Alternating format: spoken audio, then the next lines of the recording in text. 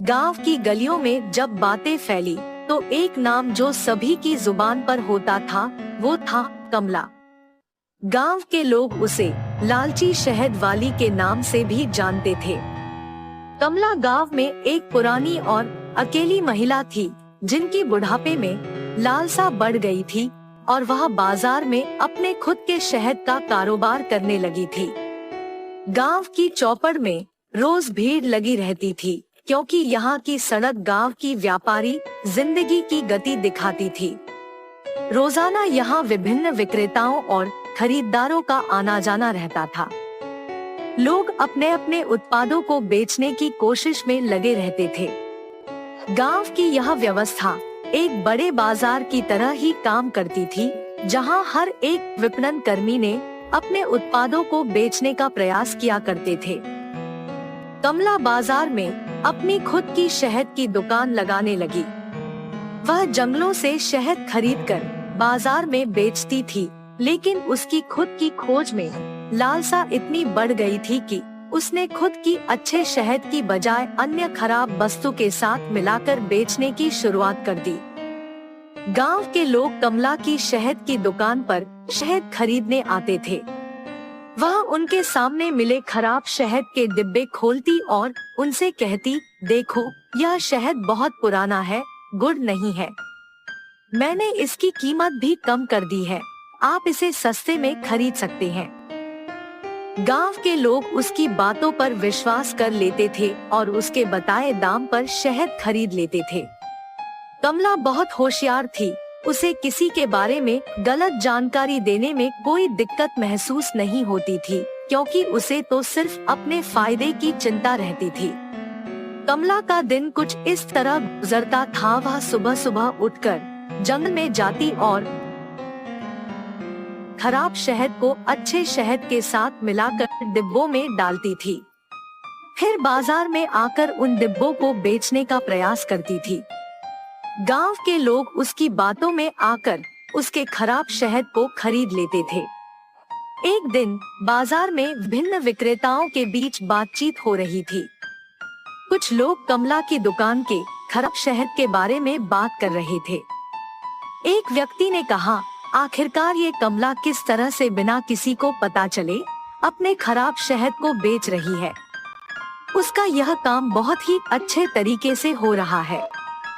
दूसरा व्यक्ति ने उत्तर दिया, हाँ तुम सही कह रहे हो। उसकी चालाकियां अब सभी के सामने आ गई है।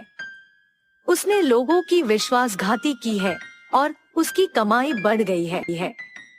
कमला की दुकान में गांव के अन्य लोग भी आकर शहद खरीदने आते थे, लेकिन वे नहीं जानते थे कि उन्हें खराब शहद बेचा जा रहा है। कमला की चालाकियों के कारण वह गांव के लोगों की शहद की मांग को पूरा नहीं कर पा रही थी, क्योंकि उसके पास सिर्फ खराब शहद ही था। गांव के लोग धीरे धीरे कमला की खराब शहद के बारे में जानकारी प्राप्त करने लगे थे। एक दिन गांव के अन्य व्यापारी ने कमला की दुकान में गुप्त रूप से गया और उसकी खराब शहद की बात जान ली। व्यापारी ने गांव के लोगों को सच्चाई बता दी। गांव के लोग बहुत ही गुस्से से कमला की दुकान पर आए और उससे खराब शहद की बजाय अच्छे शहद की मांग की। कमला ने गांव के लोगों से माफी मांगी और उनसे वादा किया कि वह खराब शहद के बजाय असली और अच्छा शहद बेचेगी। गांव के लोगों ने कमला को माफ कर दिया और उसकी दुकान पर आना बंद कर दिया। कमला ने उस पल से सबक सीखा कि लालसा और बड़े बड़े वादों से किसी को धोखा नहीं दिया जा सकता। गांव के लोगों ने भी सीखा कि बड़ी बड़ी बातों के पीछे न जाएं, बल्कि सच्चाई का पता लगाने का प्रयास करें। यह कहानी हमें सिखाती है कि लालच और गलत रास्ते चुनने से हमारा जीवन मुश्किलों में पड़ सकता है और सच्चाई को पहचानने से हम गलतियों से बच सकते हैं। रतमा नारियल की बंडी ढकेलते हुए सारा गांव घूमती है। कोई भी उसके पास नारियल नहीं खरीद रहा। उस गांव के सारी गलियां ऐसे घूमती हैं कि उसके पैर भी थक गए। का बेटा, माँ भूख लग रहा है माँ, ऐसे पूछने पर उसे रोना आ जाता है और रत्तम्मा को पता नहीं चलता कि वो क्या करे।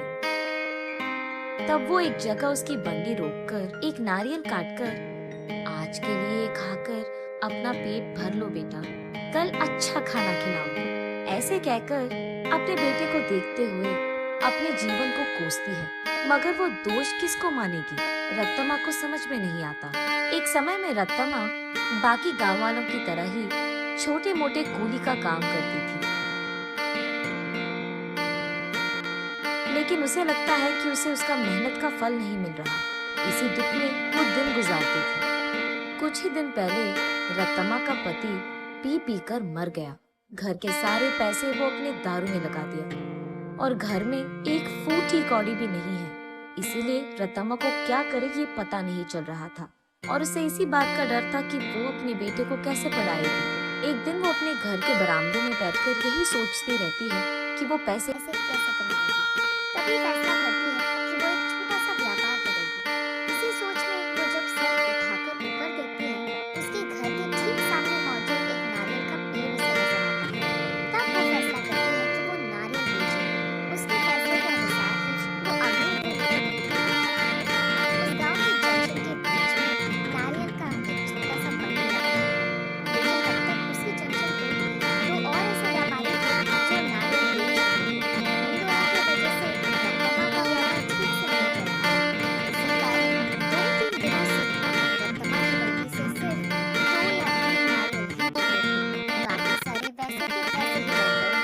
ये देख निराश होकर रत्तम्मा ये फैसला करती है कि अगर वो गांव की सारी गलियां घूमकर बेचने की कोशिश करेगी तो कम से कम कुछ तो बिक जाएगा।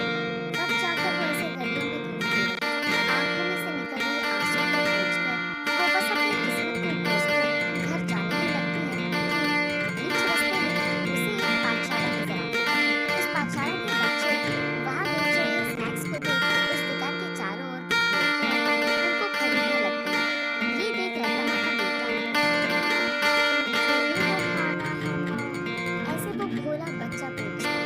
ठीक तभी अचानक रत्तम्मा को एक अच्छी योजना सूझती है। तब वो उसके बेटे से ऐसे कहती है, हमारे पास उसको खरीदने के पैसे नहीं है बेटा, लेकिन घर जाते ही मैं तुम्हारे लिए एक बहुत अच्छी मिठाई बनाऊंगी, ठीक है? चलो हम अभी घर चले जाएंगे।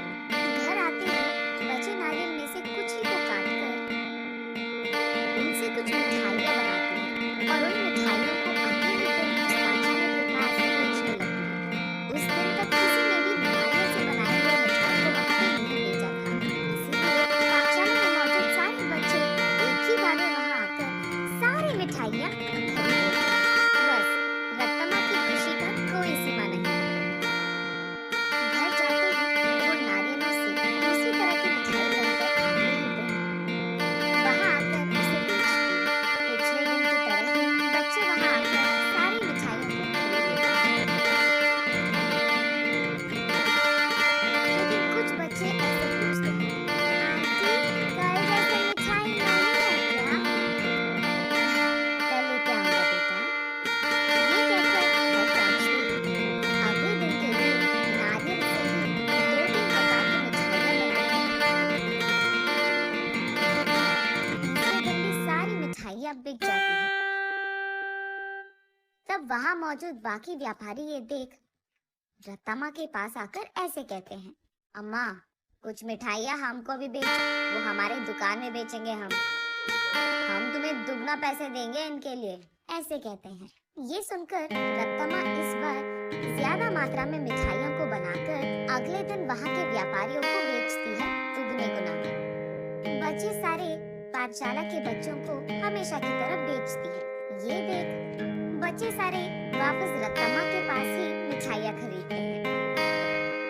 ये देख बाकी व्यापारी रत्तम्मा से ऐसे कहते हैं, तुम अगर ऐसे ही हमारे बगल में दुकान लगाकर वही मिठाइयाँ कम दाम में बेचोगे तो हमारा धंधा कैसे चलेगा मैम?